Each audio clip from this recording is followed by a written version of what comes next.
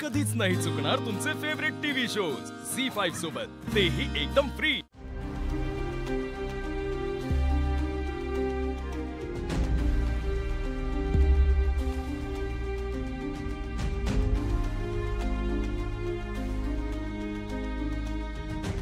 भाग्या, अगं अशी एकटी का बसलीयस? अगं काय झालं?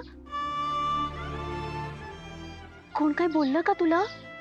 मला कोण काय बोललं, त्रास दिला तरी चालत, पण माझ्या दादाला जरा जरी त्रास झाला ना तरी मला खूप वाईट वाटतं, रडायला येतं। आणि आज तर त्याचा ऍक्सिडेंट झालाय, तू दाखवणार नाही पण त्याला खूप त्रास होत असणार।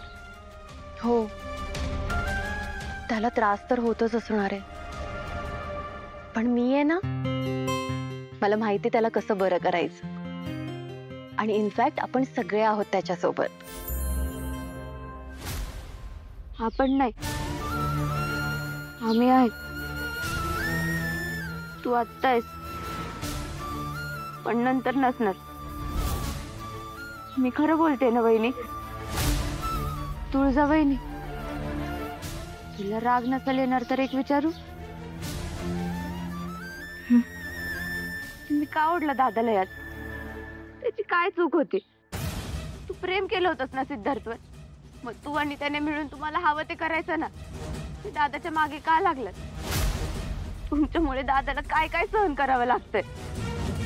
तुला वाटतंय तुझं आयुष्य खराब झालं, पण दादाचं तरी काय?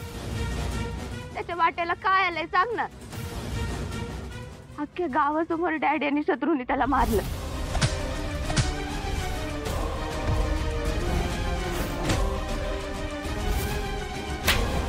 पण तो एका शब्दानं पण उलटून बोलला नाही, कुणाचा अपमान केला नाही, तुझ्याबद्दलची एकही गोष्ट कुणाला कळून दिली नाही।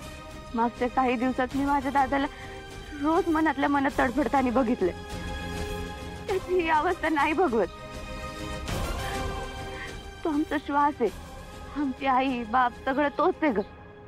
तुझ्यासाठी तुझं सगळं घर आहे, पण आमच्यासाठी फक्त दादा। त्याला काय झालेलं नाही बघू शकत। तुझं दुःख कळतंय मला भाग्या। खरंच सूर्याला खूप सहन करावं लागतं। मी यात त्याला ओढायला नको होतं। तुला मी खूप स्वार्थी वाटत असेल ना भाग्या, पण माझ्यावर विश्वास ठेव, मी सूर्याचा फायदा घ्यायचा या हेतूने कधीच वागले नाहीये।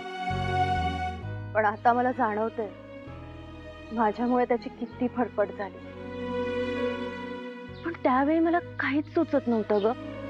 मी माझ्या घर नावाच्या तुरुंगात अडकले होते। तू बरोबर बोललीस, माझ्याकडे खूप लोक होते,